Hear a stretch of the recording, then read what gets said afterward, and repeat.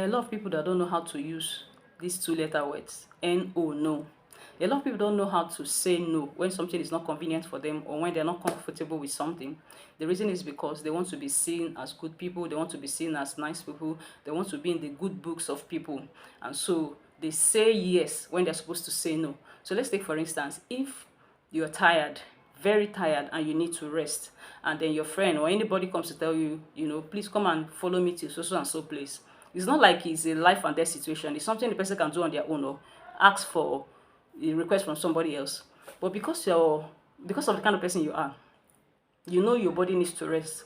But instead of saying no, politely, oh no, please, some other time, you say yes.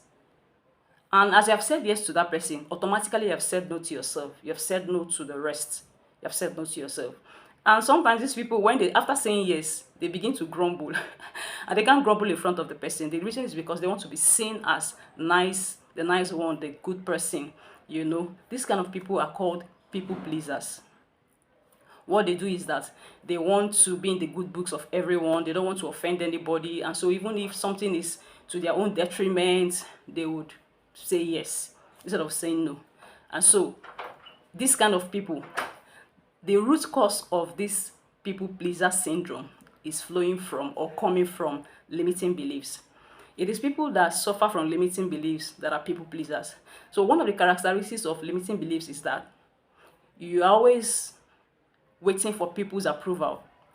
You always want people to validate you. You don't believe you're good. You don't believe you are nice. You don't believe you're kind until somebody else tell you, until it comes from somebody else. That's limiting beliefs. Beliefs, you are saying that you don't believe that you're good. Like you're telling yourself that you're good. No, it's until it comes from somebody else. If you're this kind of person, then you're suffering from people pleaser syndrome.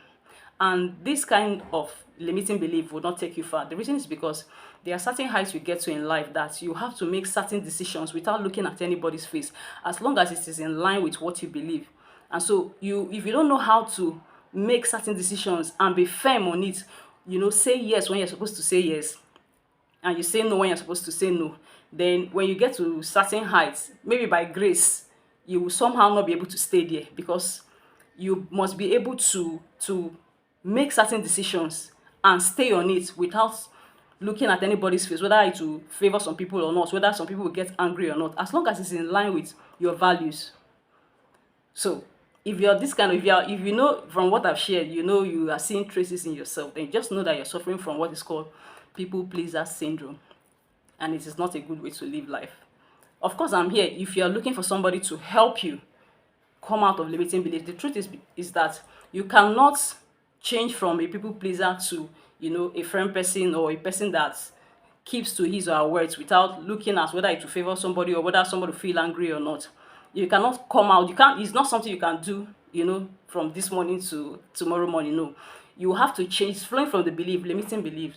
You have to change that belief, and then your behavior will change. And so if you need somebody to hold you by the hand, if you need somebody to teach you, if you need somebody to lead you on how to come out of limiting beliefs to empowering beliefs so that you can live your full potential, of course, I'm here for you. I'm just a DM away. I hope this bless someone. As a man thinketh in his heart, so is he.